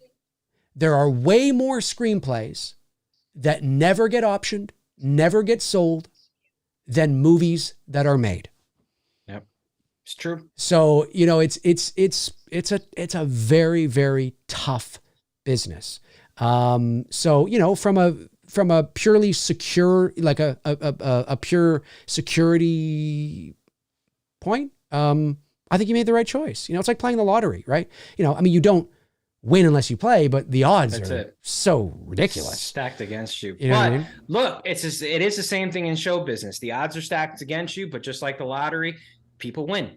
someone's, you know, so if you, like Dave said, you can't win the lottery if you don't play. You can't make it in show business if you don't do the script. That's true. The only differences will be that the lottery is not dependent on talent, whereas show business is. Sure. I mean, you know, nowadays it's expanded to TikTok and farting in a jar, but for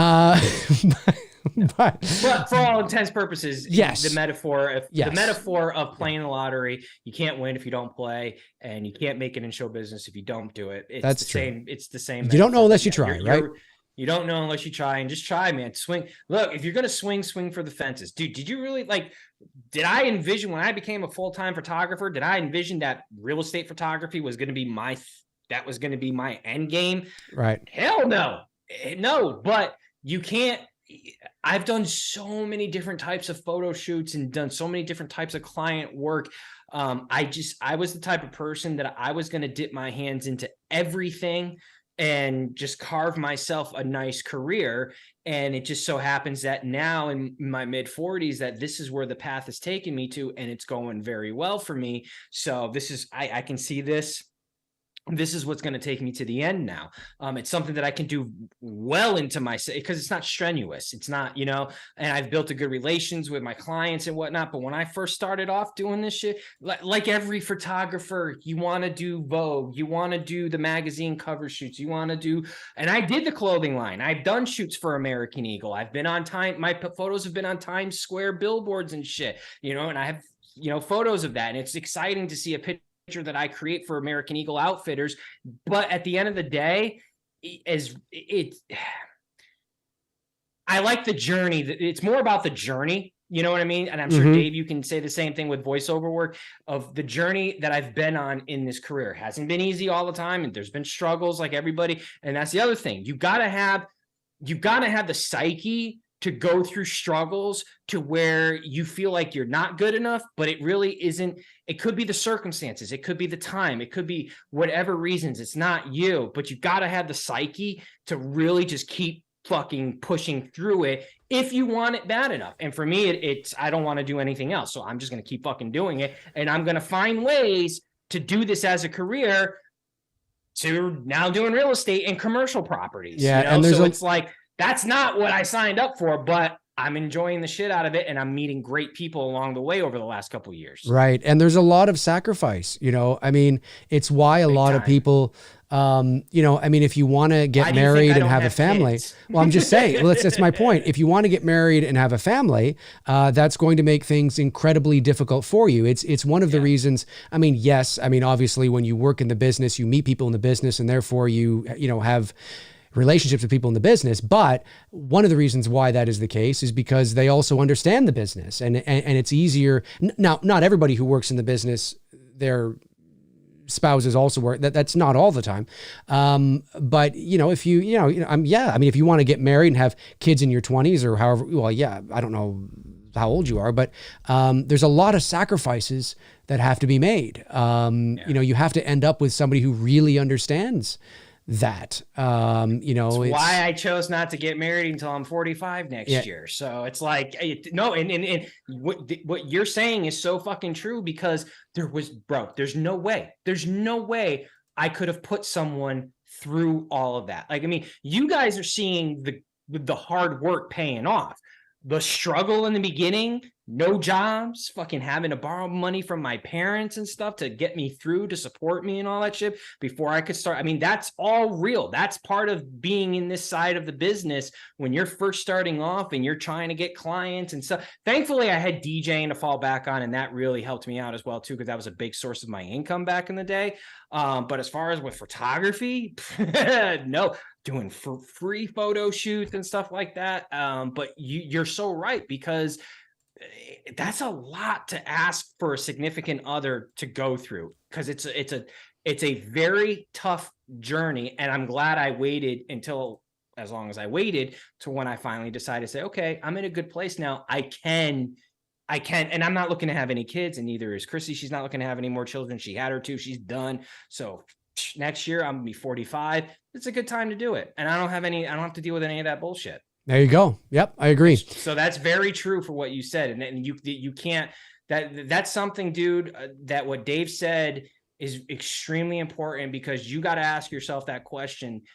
What's more important to you? Do you want the family life? And there's nothing wrong with that. Well, yeah, it depends on how serious you are about pursuing that career. Right, exactly. You know, because he even says, you know, it's always been a hobby of mine. Well, if it's a hobby, then you probably can do both. Yeah. But if you're looking to seriously become a screenwriter, that's a different ballgame. Sweet Tea, the tea is sweet tonight. Sweet Tea sends in $10, just says, for the channel, my friends, be safe too. Thank you, Sweet Tea. Really appreciate that. Emil Bjorkland, hopefully I'm saying that correctly, sends in 27 SEK. I'm not quite sure what the currency is there, but thank you very much for doing so. And says, do you guys prefer Halloween 2 and Halloween 4 over Friday 2 and Friday 4? That's a good question. Well, no, Friday 2 is one of my all-time favorite horror movies. When I'm listing like my top favorite horror films of all time, The Exorcist, right, Halloween, Friday the 13th Part 2, Nightmare on Elm Street, you know, those are usually Scream. Those are usually in my top 5. But I will say this, if I had to pick, I probably would pick Halloween 4 with Friday the 13th Part 2. But Halloween 2, and I've said this over the years, that motherfucker's grown on me. Like, it's becoming maybe because I watched it a lot growing up. I don't know. I've just been in a Halloween 2 kick. You know what I mean? You know, watching it like a couple times a year. Like, I watched it a few weeks back, you know, early January, February or some shit like that. And I'll watch it again come October. But that little fucking film, man, that son of a bitch is growing on me a lot. I wouldn't quite put it above Friday Part 2. Maybe that's an interesting other comparison. That's tough, because, like I said, Friday 2, that's my baby. Maybe we should hold off on talking about it, and maybe it's a future episode. There you go. Because it's it's a battle of the twos now. There you go. Ooh, next week's show, folks. maybe. Yeah, so we'll stop right there. Good question. That could be detailed in a depth answer for a show, maybe next week. I agree. I'll just say this. I would probably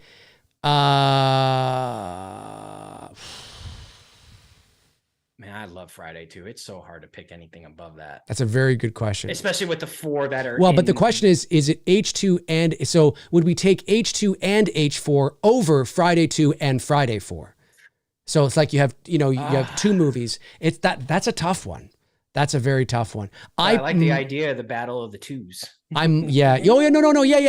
that would be the topic that we discuss, but the question is both movies, 2 and 4 over 2 and 4. I don't know. I might just lean Halloween because I'm a Halloween guy, but that's a good one. Raymond M sends in $2, says, Jamie Lee won. Did Halloween Ends win anything? Nope. Halloween Ends. Yes, Jamie Lee Curtis won for Halloween Ends, ladies and gentlemen. She won for Halloween Ends. I think I've got all the super chats. I think I do. Anyway, let's get a couple of non-super chat ones, and then we'll call it a day here. Let me see. People are just talking amongst themselves. Scrolling back. David Irwin says, at Dave and Tony, I admire you both doing what you love career-wise. Respect. Thank you, David. Appreciate that very much. Thank you, sir. Let me see here. Not too many questions, just people talking amongst themselves. Colin Murdy says, what's the first movie you all seen in the theater? Mine was Superman 1978, the original Superman. I was 4 years old. I'm interested to see your answers. I guess he was sort of just talking to the chat room, but it's a good question, though. Are we talking first movie that I can recollect seeing, or first movie that I was told I was taken to that I have zero fucking memory on? Why don't you give us both? All right. So the first movie that I was taken to that I hear the stories from my parents all the time on, that I have no fucking clue and have no memory, is E.T. And apparently I cried like a little bitch when E.T. left at the end and didn't like that too much. But that's 1982. So that puts me at 3 years old, us at 3 years old, right? So I don't really remember that. But my first movie that I can recollect is the one my grandfather took me to, which was The Karate Kid, and being that little kid doing the crane out in the parking lot and whatnot. Like that's my first movie that I recollect seeing in theaters, which is why that's my all-time, well, along with being a great movie, but it's my all-time favorite film. And yeah, totally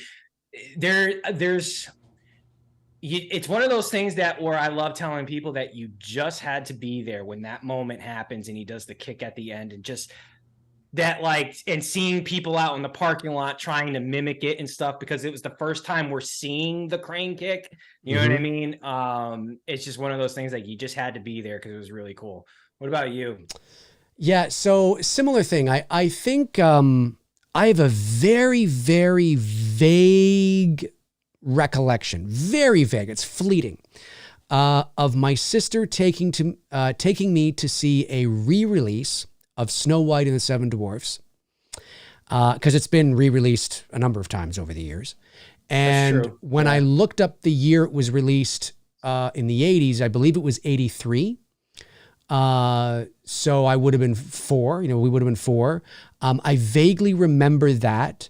I don't know if I was taken to see E.T. or not. I mean, it feels like a movie you that had to have. I don't know. You saw that. Well, I don't know. I have no idea. I may not have, because you were 3 years old too. That's right. Yeah, but I may not have even been taken to it. I don't know. Did you see The Karate Kid though? Not in the theater, no. Okay. What I do remember is I remember seeing Gremlins at the drive-in in 84. So I would have been 5. I remember seeing that. Think about that. In 1 year, 1984, you had The Karate Kid, Nightmare on Elm Street, Gremlins. Yeah. Jesus Christ, the 80s were awesome. The 80s were insane. And then I also remember seeing Back to the Future at the drive-in in 1985. I remember that. But yeah, there must have been a couple other ones in the early 80s that I went to, but I think the first one might have been a re-release of Snow White and the Seven Dwarfs, but I'm not 100% sure. There may have been one in 81 or 2 in there too. I just can't remember. I mean, we were so young. It was so long ago. So MAGA Cat, that's very true. Now, I didn't do that, but there was a huge increase of kids signing up for karate when the Karate Kid came out. I've heard stories about that, in karate schools talking about there was a massive spike in kids wanting, because they were all hoping to find their Mr. Miyagi and shit, right? Right. And do chores. I still remember my grandfather now. He's like, so you're going to do chores around the house? No. Yeah. No wax on, wax off situation happening here. No, but he put me to work. I did a lot of lawn care, and I would paint. I did paint his house and helped him paint his house. Right. He was just one of those. And it I will say this: as much as I hated doing that as a kid, it instilled a lot of good work ethics. So, right. Yeah. So he was my Miyagi, I guess, in a way. But yeah, I remember him saying that you're gonna do all these chores now or some shit. Yeah. Okay, let's check in on our poll. Let's end this sucker here. We're going to end the poll now. And the final results, 280 of you voted. And the question was, which do you prefer, Halloween 4 or Friday the 13th 4? 59% of you chose Halloween 4 and 40% of you chose Friday the 13th Part 4. So basically a 60-40 split. Not surprised, because obviously we do have a lot of Halloween fans and viewers and people. I mean, I say this with all due respect, but there's probably a lot of people that will pick Halloween just because it's Halloween. But I'm a little surprised because of how, when people say that, I've never heard anybody say that Halloween 4 is the quintessential 80s slasher movie, but I have heard people say that Friday the 13th is, or excuse me, Part 4 is. Friday the 13th Part 4 is really liked. I think it's even liked in a general sense. I think Friday the 13th Part 4 is liked more by Friday fans than Halloween 4 is by Halloween fans. And there's a lot of Halloween 4 fans. But I think if you were to measure that, I think Friday comes out on top. I do. So I'm a little surprised. But then again, you know, when you think of our viewers, maybe not so much. But interesting to say the least. Anyway, all right, folks, listen, that's going to do it for Tony and I here on episode 184 of Two Dudes and Some Bullshit. If you want to follow me on social media, you can. My links are in the description. Facebook, Twitter, and Instagram. Check them out until your heart's content.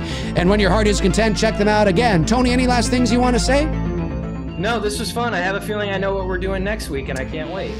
I agree. This was a great show tonight. Thank you to our great moderators, Frank Riker, Tabitha Short, Darren Sands, Chris Baber, Cody Snyder, Andrew Stevens. Thank you for doing what you guys do. I really appreciate it. All right, folks. All right, Tony's got to pee. We'll see you next week. Next week at 6 o'clock p.m. Eastern Standard Time on episode 185 of Two Dudes and Some Bullshit. Yeah. Thanks, everybody. You're all awesome. You know you are. And we will talk to you soon. All righty. Cheers.